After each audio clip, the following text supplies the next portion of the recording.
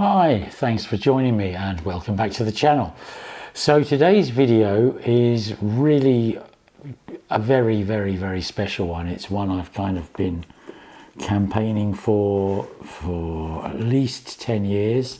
For those of you who don't know, I set up the website thereal-to-real-rambler.com about 10 years ago now. And basically the reason I did that was to try and promote interest in reel-to-reel as the ultimate audiophile medium. And there's been over the years some really phenomenal productions from various companies. If we think about Analog Productions, they have their Ultra tapes, and they include some really incredible titles like White Stripes Elephant. There's two Bob Marley albums, Exodus and Rastaman Vibration, as well as some really cracking classical and jazz and blues, it has to be said. The company that probably started this was the Tape Project, and there's Lee Morgan's The Sidewinder is probably one of my favorites amongst all those. Absolutely amazing things. Both of these companies are producing effectively one-to-one copies from the original master tapes, and in both instances what they'll do is, rather than playing the original master over and over and over again, they will copy the original master, make a flat dub, if you like, a flat transfer copy of the original master tape. Now you can call that a production master, a working master, a safety master, whatever you want. It's effectively the same thing. It's a first generation copy of the original master, and it's made so that you can play that over and over again without fear of damaging the original master, which is kind of like the crown jewels, and produce the copies for sale. So in the case of the Tape Project and Analog Productions, that's what you get for your money. Now there are many other companies doing this.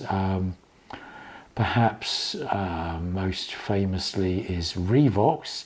Revox purchased Horch House, which was a company owned by Volker Langer, and that was the first instance of master copies that I came across back at the Munich high-end show I think it was in May 2016, and I bought a one-to-one copy, second generation copy, as I've explained with the others, of an Oscar Peterson album, and the sound quality is phenomenal. Okay, there are plenty of others in the sort of the reissue market. Perhaps the other most noteworthy label is Hemiolia, based in Italy, and they're not getting their masters direct from the original companies or labels. They have tied up with a company called Hermitage. Hermitage had an export license with the original labels, and Hemiolia are producing tapes under the Hermitage license, which allows them to produce such amazing titles as like Miles Davis's Kind of Blues, Sketches with Spain, Relaxing with Mingus. Absolutely stunning tapes. And then there's a bunch of companies making their own recordings, such as Chasing the Dragon, Ultra Analog Recordings, Open Reel Records, International Phonograph, etc. There's a whole bunch of them. And then just sort of individual bands or very small labels who are producing tapes. And in that camp I would include people like Jerome Sabah, which I've got two of his master tapes and they sound phenomenal, Lynn Stanley, Jabe, and a small bunch of others. Okay, so that's kind of where we're at with the reel-to-reel thing, but it's been an awful long time coming for a major label to make their own reel-to-reel releases, and this is what has just happened with the advent of the Rhino Hi-Fi tape releases. Now I have opened this one, but I'm just going to show you what arrived and how they come. So here we are, The artist Yes, title the Yes album. Now regular viewers will know Yes is one of my all-time favourite bands, is one of my all-time favourite Yes albums, so this really is something else. And I have also got T-Rex Electric Warrior, and I will unbox that with you in a moment, but I couldn't resist opening this Yes album, and I have already played it, and it's we'll get into that listening in a little while. But what you get here, so this is from Rhino themselves. Now Rhino is the legacy catalogue division of Warner, and it's you know, there's an awful lot of labels come under this umbrella, an awful lot of, I mean, you know, thousands and thousands and thousands of albums that you'd probably want.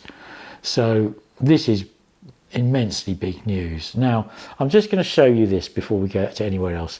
So it comes on one reel of Recording the Masters LPR 90. I'll get into that more later. You can see we've got a nice black spine. There's a nice laid on front, which I will, you know, draw further attention to this, but this is sort of spot varnished or whatever you call it. So the picture itself is glossy, and this is matte finish. And it's, I mean, quite simply, this is the most luxurious, the nicest cover of the Yes album that I've ever seen. And then here we've got the, you know, again, the back cover, again, sort of satin matte finish here, and sort of high gloss on the actual, you know, frame of the photograph, so to speak. And I'm going to show you what you get inside.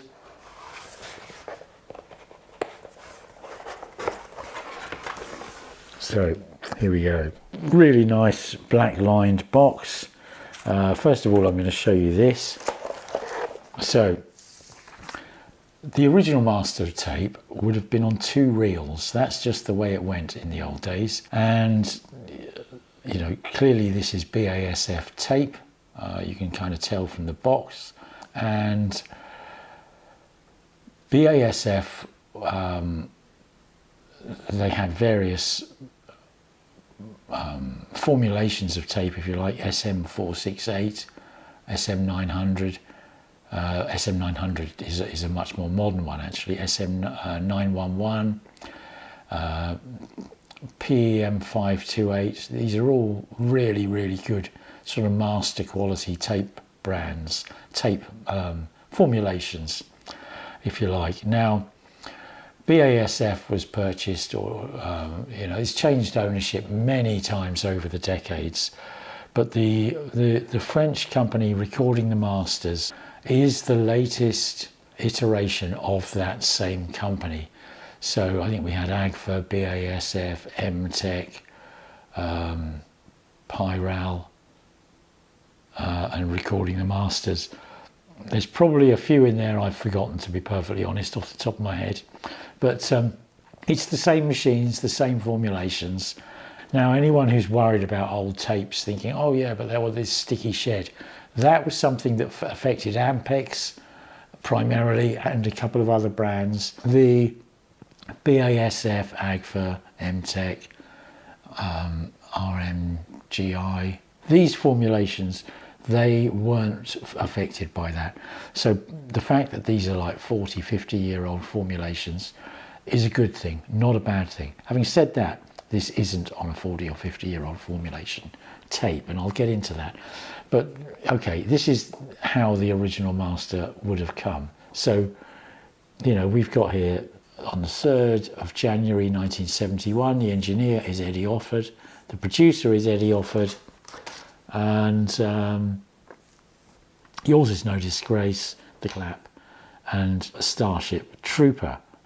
This was the original master. It was a 15 IPS Dolby stereo CCIR tape, okay?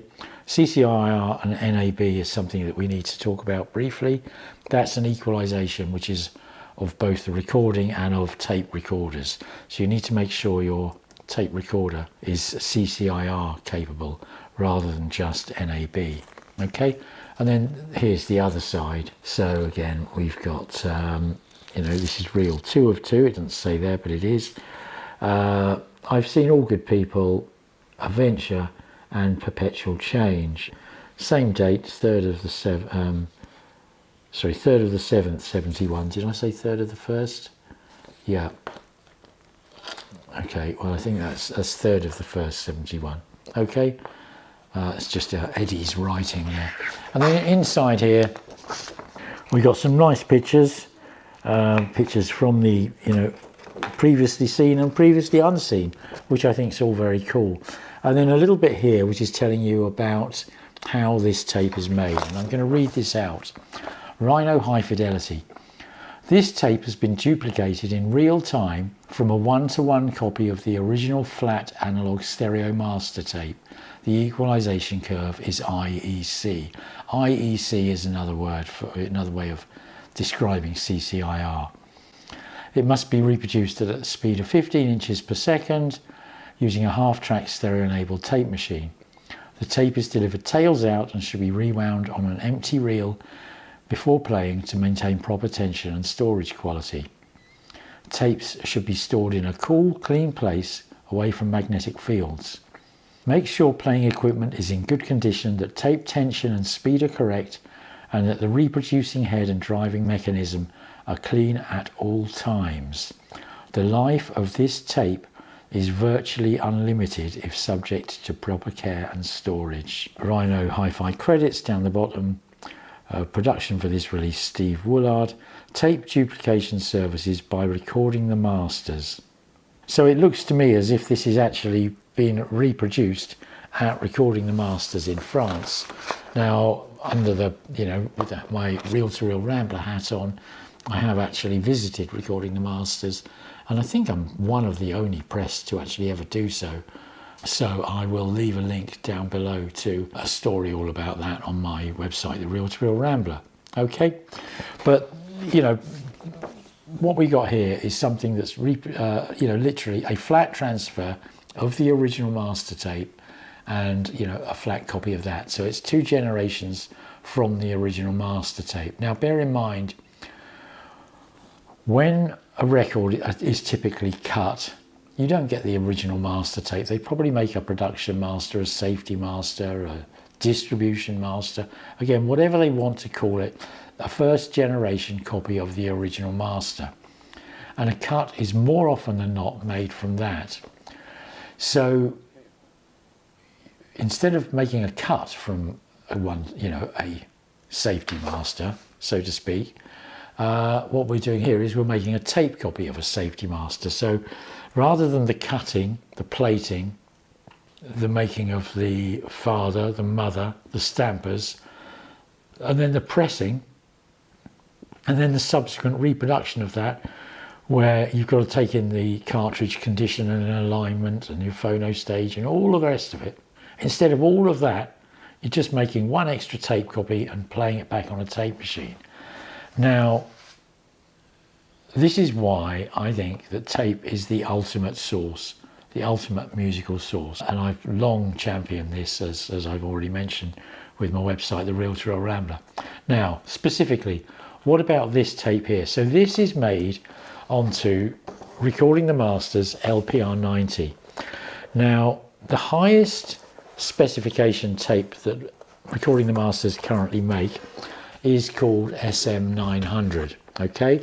Now, in sort of describing it in an old way, you would have described that as a plus 9 dB tape, which basically means you can go, you know, well into the red without getting tape saturation, 9 decibels into the red without getting tape saturation. But even that, it depends where you set your 0 dB point, where you enter the red, so to speak. And in reality, you can really burn these tapes very hot and not get any distortion or saturation, okay? So what is LPR 90? LPR 90 is the long play variant of SM 900. It's the same formulation of tape, just on a slightly thinner backer. So instead of a 1.5mm backing, it's got a 1mm backing, and that's mil being a thousandth of an inch, not millimeters, okay? So it's got a thinner backing, which means you can get more tape on a reel. Now, if this was SM900 or SM468 or 528 or whatever this was initially recorded onto, you basically get about 33 minutes of recording time per reel. On a 1mm backed tape, you get like LPR 90. They also do one called LPR 35. You get 48 minutes of recording time per reel. And that means that you can fit most analog era albums onto one reel. Now, a reel of tape from Recording the Masters, reel of LPR 90 currently costs £83 sterling, okay? So you've got to factor that into the cost of this tape, which I will point out were $299. Now, by the time I bought them, done the conversion, and then paid my, import duty and VAT charges, which was about £120 for the two albums. I got the T-Rex Electric Warrior 2. They basically work out about £300 each. So £300, $300. By the time you've paid all the various duties and the shipping and the like, it works out pretty much the same. So you've got, £300 for an album that's been reproduced real time from a flat copy of the original master. So, we're talking basically the sort of quality that a mastering studio would have seen as their, what they're going to start working from to cut a record, not what they're looking to produce, okay? So the sound quality, the quality of these things are absolutely stunning. And I've got no issue with the price. I think that's actually pretty good value for money compared with any high quality vinyl pressing. It is the source, so to speak. Okay, now let's talk about the music here and how this compares and what my references are going to be. So for this particular one, it's quite easy. I've already done a video here, and I'll put a link to it up here. So this is my UK original 1971. Show you here.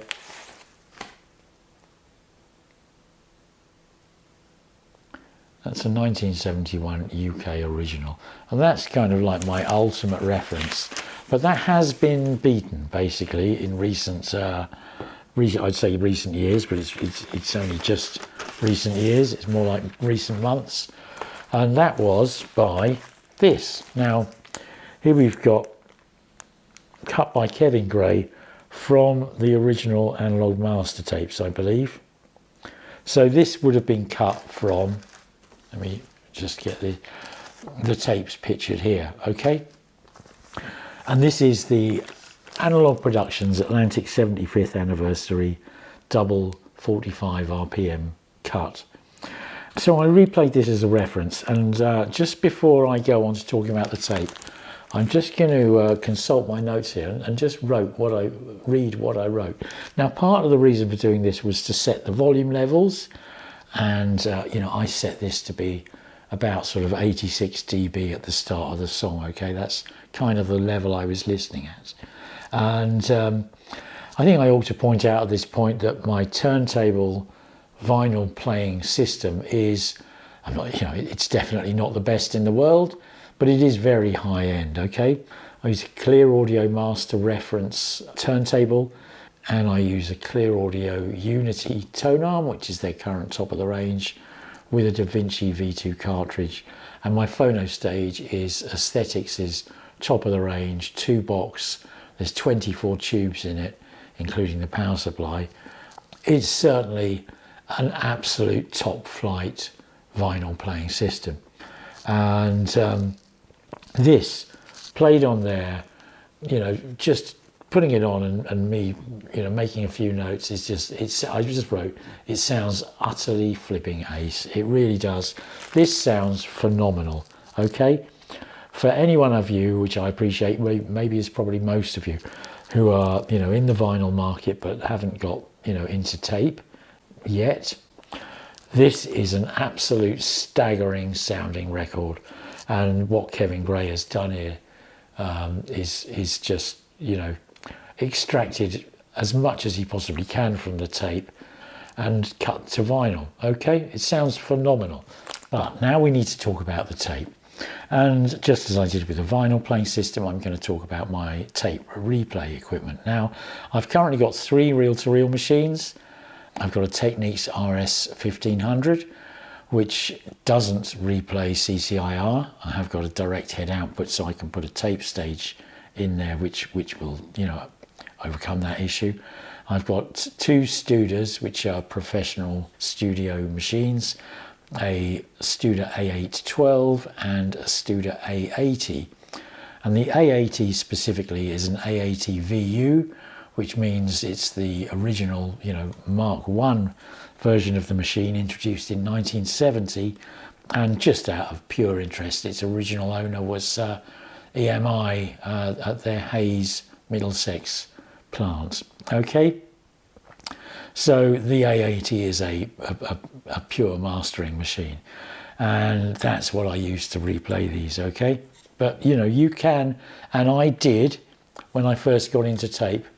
The Technics was the only machine I had, and for several of those tapes, well, for most of the tapes I had at the time, it was actually the wrong EQ.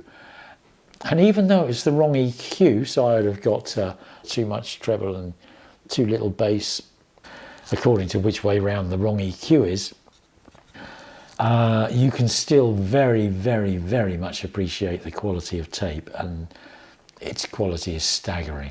Okay, but anyway, so I played this back on the A80. Now, I had to reset the volume levels because the A80 is a professional piece of equipment. It's got a much higher output level. As it happens, I had to reduce the volume of my preamp by 10 dB to get an accurate match. But right from the beginning of Yours Is No Disgrace, for instance, the tape, it sounds clearer and more orderly, and you're just inherently aware that there is absolutely no groove tracing, sort of none of that sort of stylus in groove. I mean, there is no stylus in a groove, so there's, you know, and all of those things that you're trying to dial out and minimize with the cartridge setup and the tone arm setup and the turntable setup, all of those things are just absent. Not lessened, they're absent, entirely absent. And actually, that's one of the things I've you know, learned from getting into tape, is actually that by having a reference point like that, it actually enables you to set up a turntable so much better, because you've got a reference that doesn't have the things that you're trying to dial out, so to speak. But anyway, that's a bit of a diversion off the main topic, but it's just, everything is just more orderly and clearer. And also there's one other point, is I'd say everything is more relaxed, and I'd say less forced, but it's not forced, okay? You just get this sort of sensation of absolute sort of relaxed, clean, total absence of being forced. And like with Yours Is No Disgrace, that, like the, you know, Chris Squire's bass guitar, it just is cleaner and deeper, and you hear every single note. You hear the shape and the texture and the growl and the, you know, just the gorgeousness of every single note. Bill Bruford's drumming, again, it's just, you will appreciate Bill Bruford's playing on this. I mean, there are certain parts of this record where it's just staggering, and I'll sort of you know, draw attention to those as a, you know, discuss the whole album. But again, you know, Yours Is No Disgrace, the point where it sort of gets into multiple vocals, and you've at least got John on lead vocal, but I think on the sort of the chorusy bits, I think actually you've got sort of Chris Squire and Steve Howe almost at the same sort of level. It's very choir-like, because you can hear all of those different voices completely independently. And this is something that again, this is just a thing about tape, is when it gets loud, and this does get loud, believe me, it doesn't sound loud in the conventional way that we would think with CD or with vinyl, because it's not getting distorted. Now, let's just go back and talk a little about levels. These are recorded at 320 nanoebers a meter. Now that's a sort of a reference level, and it's a sensible thing to choose. It's what most of the tape companies use. Now I actually calibrate my machines to 355, which is 1 decibel hotter, purely because, you know, I've got tapes from various sources, and you know, if I'm just wanting to chuck a tape on rather than recalibrate everything, it suits me as a good midpoint. But for most of the time, you know, on the quieter parts, the needles are sort of hitting around that 0 point. But there are plenty of points on the album. I mean, you know, when I say plenty, probably more than, well over 50% of it, where those needles are bashing right up into the sort of, you know, well, hitting the end stops, and probably hitting sort of +6, +9 dB, and, you know, and maybe more. But the thing is, when you've got those loud bits, it doesn't really sound loud in so much, because it doesn't change its tonal color, its detail, its sensation of feeling forced, or of course compressed, because, you know, on vinyl, even the best mastered records, they'll have to compress those loud bits a bit, and that compression, it just our brains associate that with being loud. So the music just has a completely natural, it just is, rather than feeling forced. And whilst you might think, you know, maybe, or you could think perhaps, oh, is that as good? Is it going to be as exciting? Is it going to lose some of its drama? No, it doesn't. It just becomes so much more intuitive, if you like, in the listening experience. You hear deeper in, you understand. You know, even in the most complex bits, you can hear sort of Tony Kaye banging away on his piano, or, you know, you can hear, you know, a little shaker just sort of counting out time. Even when everything's going absolutely crazy, it's, you know, just Bill Bruford's cymbals just amongst a sort of a maelstrom of activity. So it's just absolutely staggering. But basically, as you go through, you know, one track after another, I'm not going to go through it, you know, this video will be very long otherwise.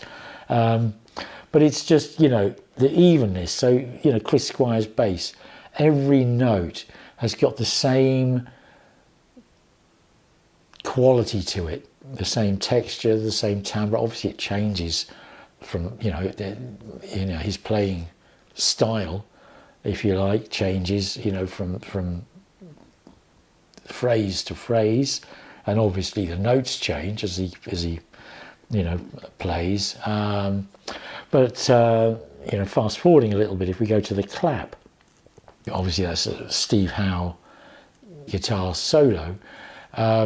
From there, you've got the sort of the picked sort of single string notes on the guitar, and then you've got some sort of strummed chords, and the dynamism of those it's phenomenal.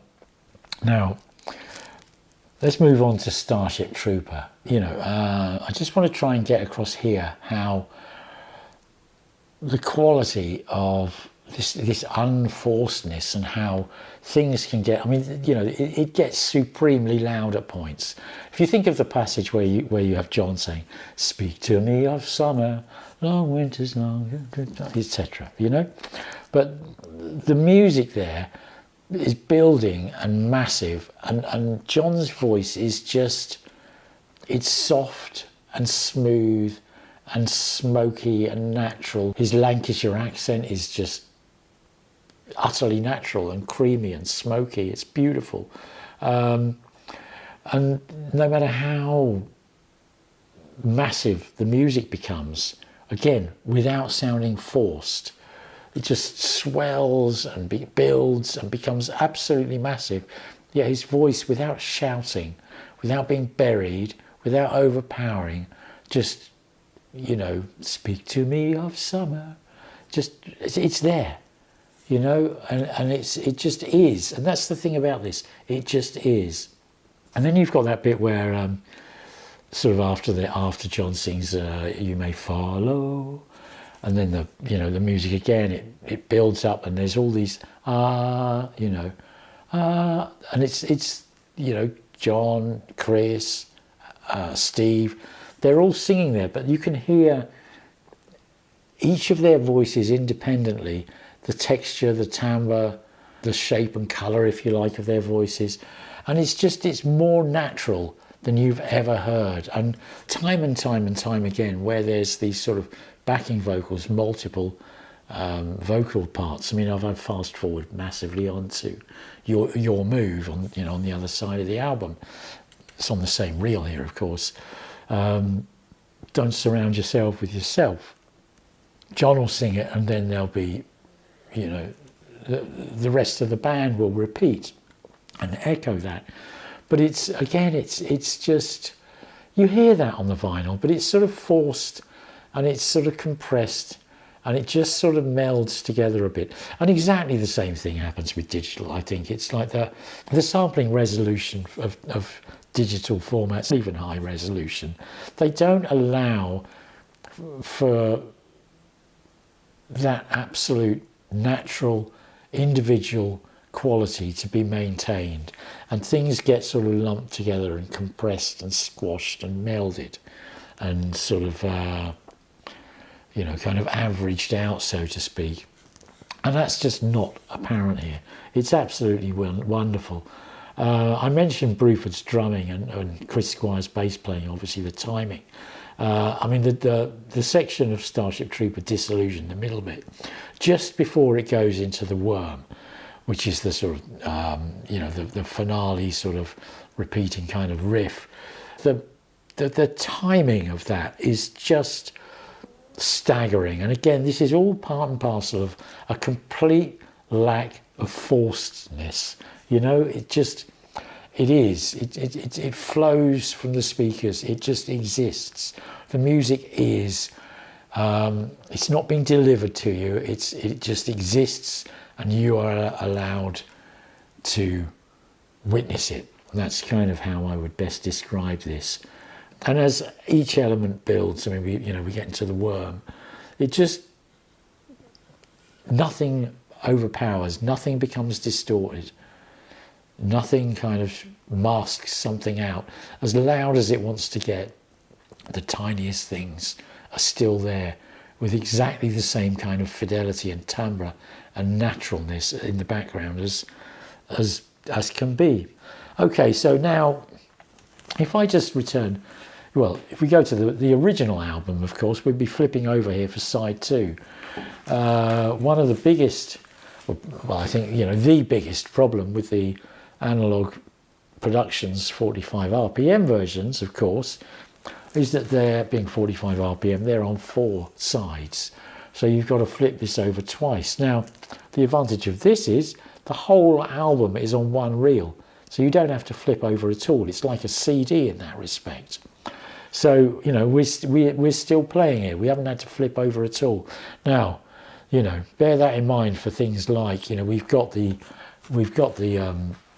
you know, the Close to the Edge Atlantic 75th from Analog Productions, where you have to turn over halfway through the title track.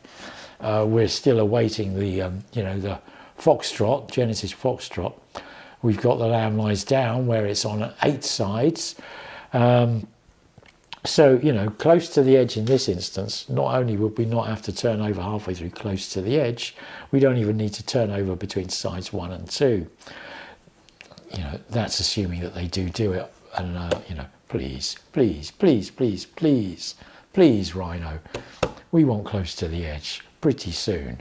Okay, now we get to Your Move. It just sounds absolutely staggering. And, you know, that moves into All Good People. And again, it's like the difference in volumes is massive, but there's no compression. So it's just, it just is. You know, the loud bits are loud, but they don't sound loud, so to speak. They don't get compressed. They don't get squashed. They don't get harsh. They don't get hard. They don't get muddy. They just, you know, more instruments are going, and that's it. You know, it's like the difference of Steve picking away on his acoustic guitar with the whole band going hell for leather. And, you know, obviously, as we go through the album, we've got Adventure, and then finally we've got Perpetual Change. And again, it's just that absolutely massive sound, and everything is so orderly, so just there. The timing is, you know, forget the sort of, you know, the pitch stability of most master recorder or 15 IPS tape machines is way better than most turntables. You don't have any of those dynamic situations of, you know, accelerating and decelerating a stylus tip in a groove. Nothing like that. It is just magnetic medium passing across a head at a, you know, a rate of knots, 15 inches of tape for every second of music. If you think about that, you know. And of course that tape is wider, significantly wider than it would be on a cassette, for instance. So it's just, which just for reference, is the cassette tape is 1/8 of an inch, whereas this is 1/4 of an inch, so that's half. The cassette tape is also 4 tracks, so it's flipped over, so that's half as much again. So we've got kind of a 1/4, and this cassette tape runs at 1 7/8, which is 1/8 of the speed of this. So it's kind of a 1/4 and 1/8. You know, call that 32 times the sort of the, you know, the linear resolution, if you like, of cassette. It's anyone who thinks cassette is representative of what tape can offer is, you know, very, very, very mistaken. You know, unless you're only into modern music recorded, you know, really this century, certainly since the sort of, you know, the early 90s onwards, then all the music that you've got will have been, you know, started out on master tapes like this. Okay, so, you know, tape is where it's at as far as I'm concerned. So anyway, you know, the quality of this is just absolutely stunning, absolutely stunning. The musical, just, you know, that TARDIS-like thing of being taken into the recording studio and just having the band's artwork there in front of you. Nothing can compare with this. Not even the very best vinyl, which I would say this absolutely is, played on, you know, vastly expensive equipment. It can't touch this. It really can't. This is in a, you know, in a league of its own. Now, we've talked about the sound, I've shown you the packaging and everything else.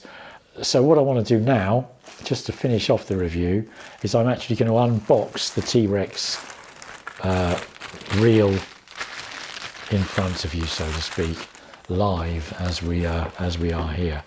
One last little thing I'm going to show you is this here. This is the tape label, the hold down, and that says yes, copy number 56. So again, it's really nice to see that, you know, authenticity. This is, you know, my tape is copy number 56 from, you know, from a 1-to-1 flat transfer, to quote them, which is, you know, AKA a production master or a safety master of the original master tape. Okay, so I'll put all this away in here. To finish the video, I'm going to unbox this T-Rex Electric Warrior, and that will show you what you get. Okay, so first thing is, get my trusty scalpel, slice along the top,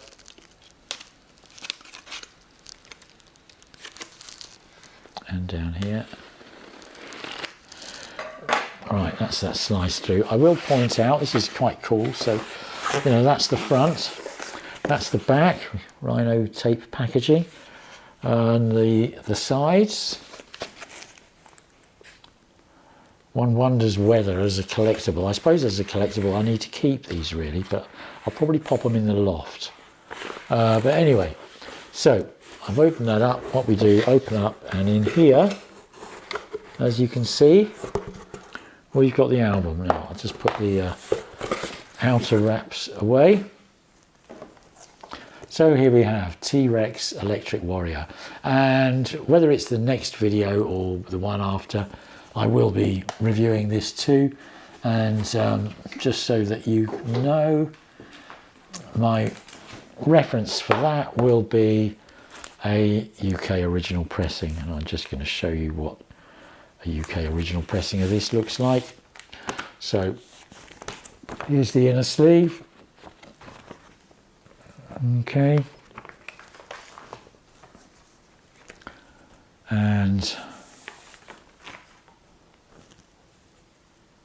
the original LP, and this is on the Fly label, and it is cut by Porky on side 1, I think that says, and on here on side 2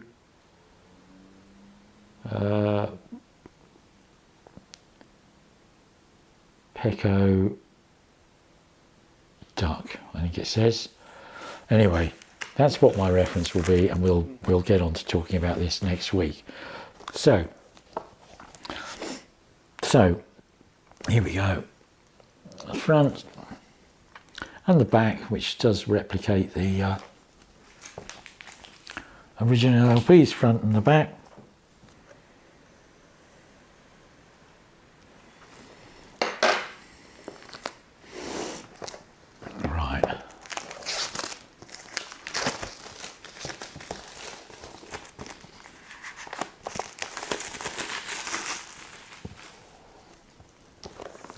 Okay, so similar with the Yes, the gold parts here, not all of them, but some of these are a sort of, I think you call it spot varnishing, but they're glossed, and some of the gold is left matte or satin.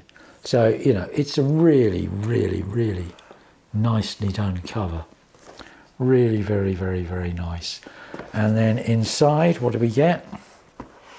So again, as we did with, we'll come back to that, but as we did with the original master tape notes, here's the reel. You can see how that fits in a very smart box. And I'll just take this out of its bag. I can show you there. I don't know if you can see that. So that's interesting. This is T-Rex copy number 173. Okay, there are 500 copies of each of these made. So that just shows you the tape as they arrive. And then here we've got the the master notes. And here we are, side 1, Mambo Sun, Cosmic Dancer, Jeepster, Monolith, and Lean Woman Blues.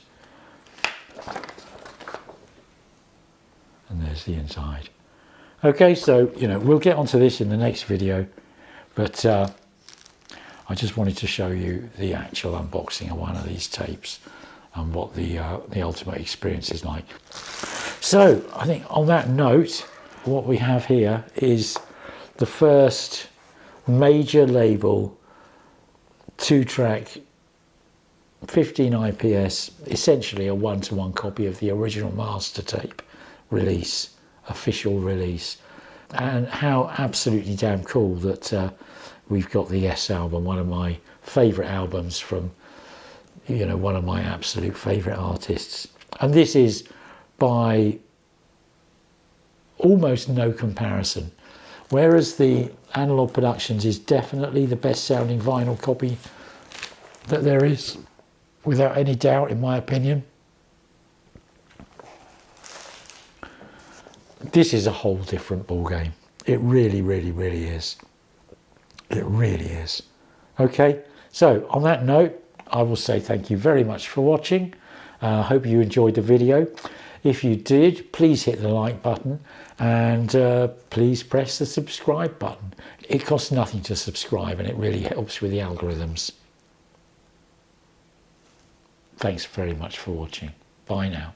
Bye.